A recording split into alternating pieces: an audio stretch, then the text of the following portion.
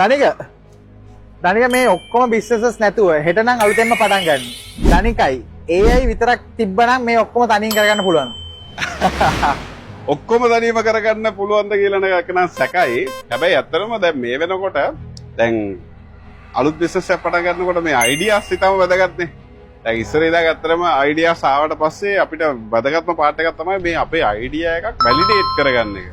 මේ අයිඩියා එක එක්සිකියුට් කරොත් අපිට ඇත්තටම මොන වගේ ප්‍රශ්න එයිද මොන වගේ ප්ලස් ඇන්ඩ් මයිනසස් ප්‍රොස් ඇන්ඩ් කොන්ස් වෙයිද කියන එක ඇත්තටම හිතා ගන්න එක. ඉස්සර ඇත්තටම ඕකට විදිහක් තිබ්බේ නැහැ. ඉස්සර කරපු දේ තමයි ළඟම ඉන්න කට්ටියට ළඟම ටීම් මෙම්බර්ස්ලාට වෙන්න පුළුවන් ළඟම ඉන්න කට්ටියට මේකේ අයිඩියා එක ෂෙයා කරගෙන ඒගොල්ලන්ගෙන් ෆීඩ්බැක් දැනගත්ත එක. හැබැයි දැන් මේ වෙනකොට ඇත්තටම අපිට AI වලින් ඒකට ලොකු සපෝට් එකක් හම්බෙලා තියෙනවා. මමත් පර්සනලි මේ වෙනකොට සෑහෙන පාවිච්චි කරනවා.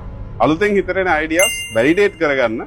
මොකද AI වලින් අපිට එක පැත්තක් විතරක් නෙමෙයි මේකේ ප්ලසස් මයිනසස් මේකේ චැලෙන්ජස් අපේ ස්ට්‍රෙන්ත්ස් අපේ වීක්නසස් මේ ඔක්කොම කන්ටෙක්ස්ට් එකට දාලා අපිට සෑහෙන හොඳට අපේ අලුතෙන් එන අයිඩියාස් වැලිඩේට් කරගන්න අපිට AI පාවිච්චි කරගන්න පුළුවන්. මම හිතන්නේ ඇත්තටම ඔන්ටර්ප්‍රිනර්ස්ලාට ඉනෝවේටර්ස්ලාට අලුත් බිස්නස් හිතන කට්ටියට මේක හොඳ ටූල් එකක් වෙයි තමන්ට එන අයිඩියාස් වැලිඩේට් කරගන්න. මම හිතන්නේ ඇත්තටම අයිඩියා එකක් එක්සිකියුට් කරන්න අනිවාර්යයෙන්ම අපිට ටීම් එකක් අවශ්‍යයි. හියුමන් කැපැසිටි එක අවශ්‍යයි.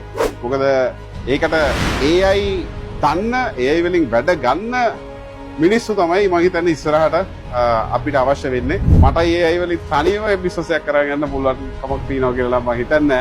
මොකද මේ අපේ ඉන්න ටීම්ස් මේ වෙනකොටත් ඇත්තට මේගොල්ලෝ AI ප්‍රගුණ කරමින් යනවා. ඒතකොට ඒගොල්ලන්ගේ ප්‍රොඩක්ටිවිටි එක වැඩි කරගෙන ඒ AI දන්න ප්‍රොඩක්ටිව් ටීම් එකක් තමයි මම හිතන්නේ හැමතිස්සෙම බිස්නස් එකකට ඉදිරියටත් අවශ්‍ය වෙන්නේ.